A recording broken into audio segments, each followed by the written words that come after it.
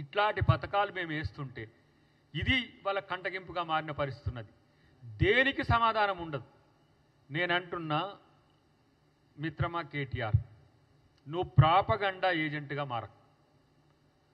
వాస్తవాల పునాదుల మీద మాట్లాడితే దేనికైనా సిద్ధంగా ఉంది ప్రభుత్వం, పార్టీ. ఇక్కడ మీరు చేస్తున్న ఈ ప్రాపగండా నెలకు 1 కోటి, సంవత్సరానికి 20 కోట్ల, మీ చావు మీరు చావండి. కానీ ప్రజల్ని ఎందుకు ఇవాళ మభ్యపెడుతున్నారు ప్రతి అంశంలో? ఇలా మొత్తం అసలు కాంగ్రెస్ పార్టీ అంటే ఇలా ప్రజలకు వ్యతిరేకం ఉంది అని చెప్పే ప్రయత్నం మీరు మీ సోషల్ మీడియాతోని, మీ ఇన్ఫ్లుయెన్సర్స్తో చేస్తుంటే ప్రజలు నవ్వుతున్నారు. గ్రామాల్లో రచ్చబండ మీద జరిగే చర్చను కనుక మీరు చూస్తే మీ ప్రాపగండా టీం అంతా కూడా ఇలా ఏమవుతుందో ఒకసారి ఆలోచించుకోండి. నేను ఒక మాట చెప్తున్నా, ఈరోజు హెచ్యు విషయంలో మీరు పెట్టిన, మీ హ్యాండిల్స్లో పెట్టిన గ్రాఫిక్స్ లేదంటే ఏ అయితే కూడిన దాన్ని ఎందుకు డిలీట్ చేసిండ్రు?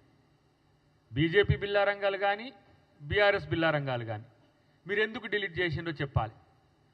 విచిత్రం ఏంటంటే పాపం ఆ ముసలాయనకు తెలిసి తెలియక మీరిచ్చిన సమాచారంతోనే కేటీఆర్ అమిత్ షాకు, మన కేటీఆర్ బండి సంజయ్కి, కిషన్ రెడ్డికి ఇస్తే ఈయన అమిత్ షాకి ఇస్తే అమిత్ షా మాటలు ఆయన మాట్లాడిండట. బుల్డోజర్కు జేసీబీకి తేడా తెలియకుండా ఈ దేశ ప్రధానమంత్రి ఉన్నాడు. ఏం చేయాలి పాపం మీరిచ్చిన రాంగ్ ఇన్ఫర్మేషన్తో? ఏతోనే తప్పులు చేస్తుండ్రు, గ్రాఫిక్సే మీరు తప్పులు చేస్తుండ్రు. ఇలా జింక గజరాజు ఉన్న కాడ ఉండదు, గజరాజు ఉన్న కాడ నెమిలి కూడా ఉండదు. ఇట్లాంటివన్నీ కూడా అన్ని రకాల పక్షులు, పక్షాదులు అన్నిటిని చేసి అంతర్జాతీయంగా దీన్ని ట్రోల్ చేయడానికి బీజేపీని వాడుకుంటూ కరెక్టే. ఆడ ఉన్న వాస్తవాలను పక్కన పెట్టి అలా ప్రభుత్వాన్ని బదనాం చేయడానికి మీరు చేస్తున్న ఇలాంటి పులకేసి నాటకాలు ఎందుకు అంటున్నాను నేను. మొన్న అంటుండేవారు పులకేసి అనగానే గట్లెట్లు అంటారు సార్, గట్లెట్లు అంటారు సార్. ఆ పులకేసి కూడా కొంచెం తెలివిగానే ఉన్నాడేమో నాకు అనిపిస్తుంది.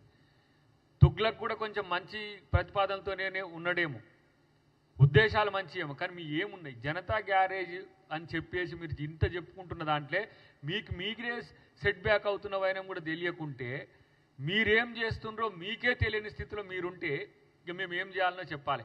కనీస బాధ్యత లేని ప్రతిపక్షంగా ఈరోజు బీఆర్ఎస్ పార్టీ ఉన్నది.